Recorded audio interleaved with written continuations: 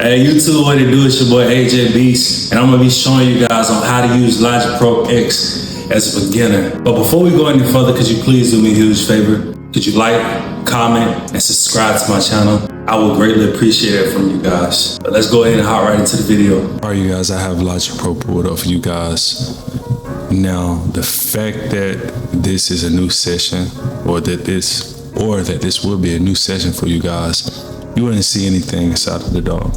What I want you guys to do, we will hit empty project, and you should see this pop up, create new track.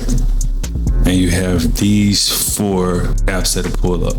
The first one that we have is the MIDI. This is where the VTS or the virtual instruments are connected to. Next, you'll see pattern. You'll see the software instruments.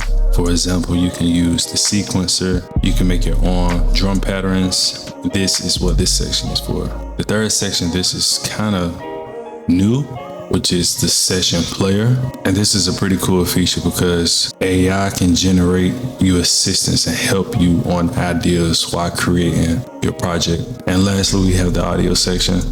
You can connect your guitars and your mics whenever you click on this section.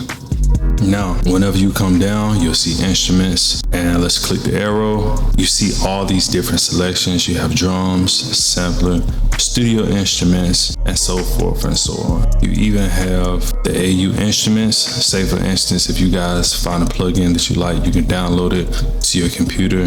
And if you want to find it inside of your DAW, you just click here, and it'll have everything that you need that'll be listed that you did download. All right, but just to keep things simple for you guys, since it's day one, since you're trying to learn how to use Logic Pro, we'll just click default and we'll hit create. This is the first instrument that usually pops up when you go to the default. Just to make sure everything is set up right, we'll go over to Logic Pro.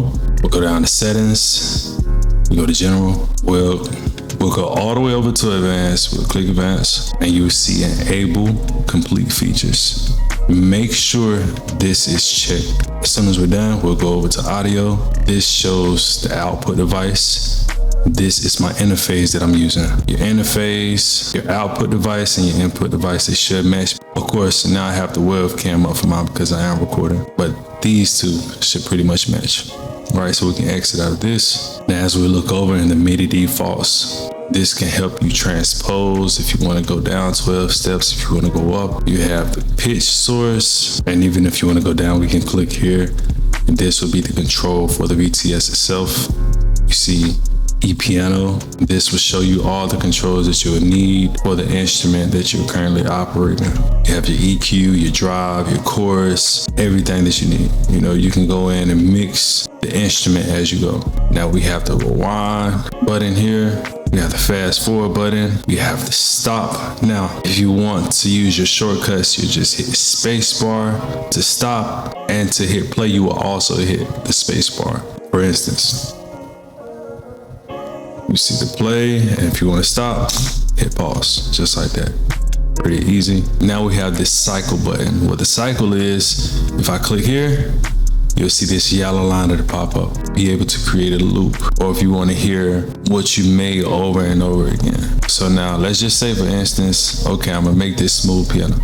Okay, and now I will show you guys what I mean by this. The last one what we have is record. Now record, as you can see, you can just hit the R button. So I'm gonna make a quick loop for you guys so we can put everything I just explained here all together, okay? All right, so now I'm hitting record.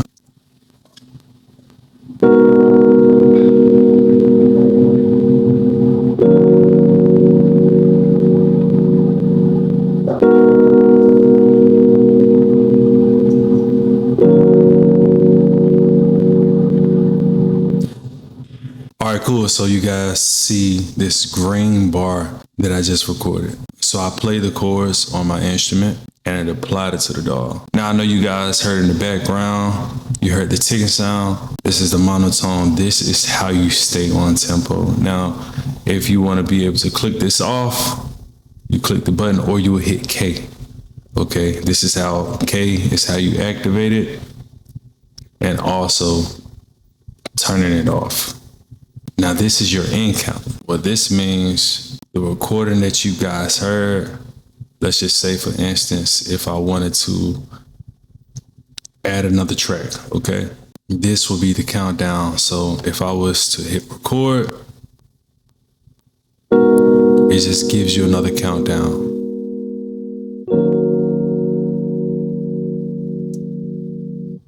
Just like that. Now, what we have here, we have your beats per measure, or you hear a lot of people say BPM. You can change the speed of the song or the track. So this is 20 beats per measure. This is how it sounds. Now let's just say, for instance, if I wanted to go slower, you see the arrows right on the number. I can go drag it. I can drag it down and it will play a slower tempo. For example.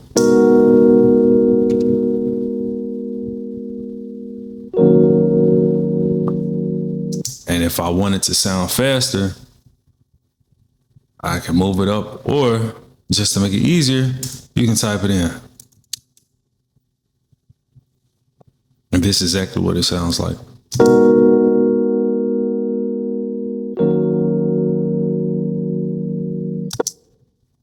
Hear the difference? Now I want to teach you guys how to make a pattern for your drum loop, in particular the hi-hats. So I'll go over and I'll look up hi-hats. We're going to use the closed one for this example. Open it. Now you see hi-hats closed. Now, what you would do in your clicker, you'll right click and you will see create pattern region. We'll click on that. Now we'll see this purple strip that'll pop up on your DAW. And this is how you control it. So let's just say, for instance, I'm gonna just highlight all of them. And this is what it'll sound like. Let me turn down the BPM for you guys right quick. All right.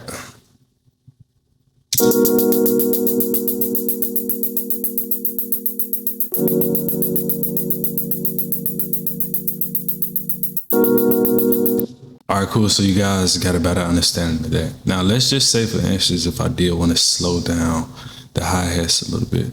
When you'll come down, you'll see this half 16. And it'll say pattern step rate. You click on it, you have all of these different times. Let's just say, for instance, I want to slow it down. And this is what it'll sound like.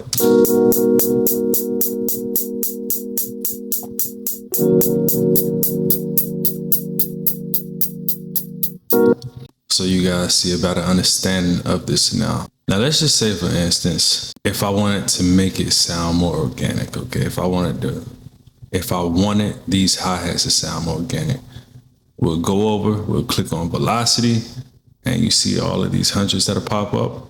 That is the velocity rate that is being outputted into the DAW for the hi-hats. Now, you can change it up a little bit, because you have to think about it. Whenever you are actually playing a real drum, every hit on the hi-hat will not sound the same. So let's make it sound more organic, okay? All right, so I'm gonna hit play.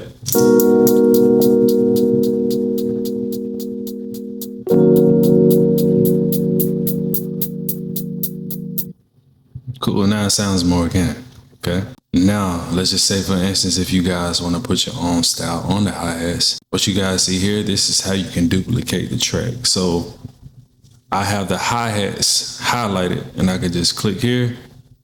The same exact instrument will pop up inside of the DAW. Now, I'm gonna mute this, and I'm gonna make my own track pattern, and I'm gonna make my own pattern just on the keys. So we're going over here. We're gonna hit the monotone just to keep up with the time. And let's hit record.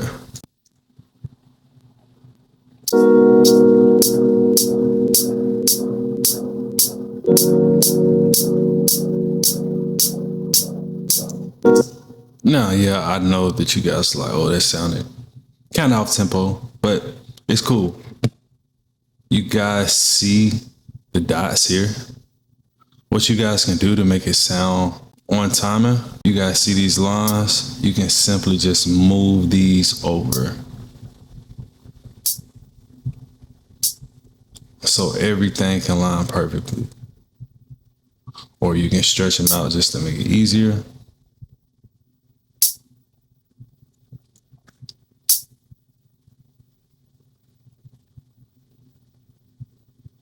All right, so we stretch everything out. And so now everything that you need is on the line. Everything is on the line so to sound more cohesive. And so you guys can hear it, I'm gonna hit play.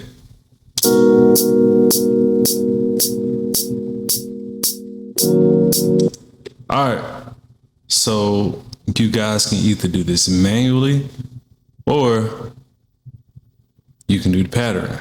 It just depends on whatever you guys are comfortable with. All right, so that's how you use the sequencer.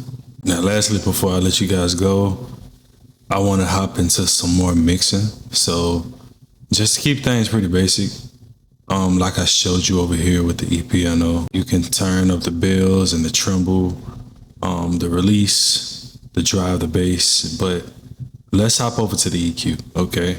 So the cool thing about the EQ is you have a high pass filter and you have your low pass filter.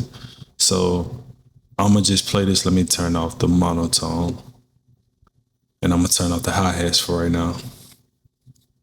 And just listen to the difference. Okay.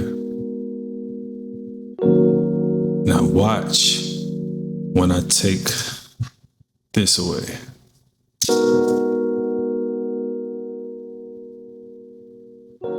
You hear the difference in it? Now back to normal. Just see if I want a low pass filter.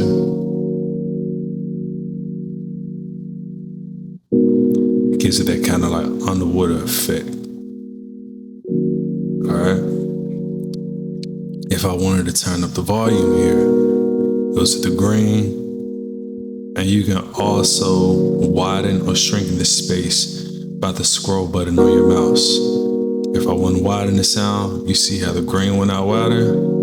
You can also make it come in closer.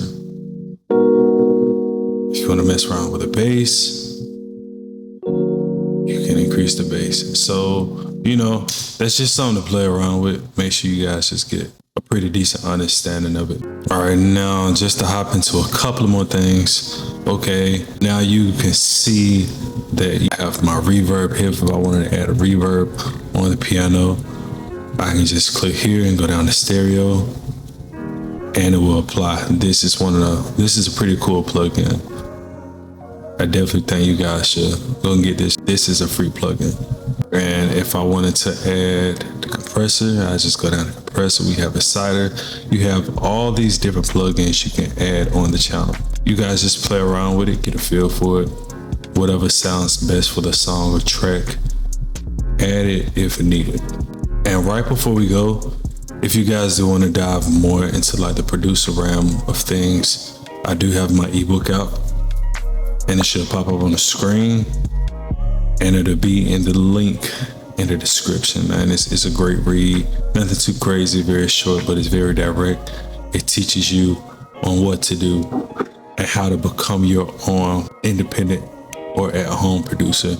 And I also give a brief description of my journey on how I became an independent producer. Now, let's just say, for instance, we made our whole track.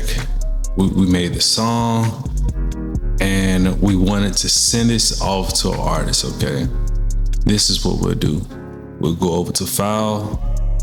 We'll go all the way down and you will see Bounce. We'll go over and we'll go down to Project or Selection. We'll click that. This is what you'll see that'll pop up. And we want to make this into a WAV file. So you'll see these different options on what you can do, but everybody wants that WAV file. That's what we want to go with. Now we'll click OK and we're going to name this Sample 11. We'll hit Bounce and you guys see the quick line that went across and it'll be sent to your desktop or your downloads, however you guys want to do it. So I have all of my projects synced to my desktop. So we'll go to track and we'll go here. This is the WAV file. Now if I want to play it,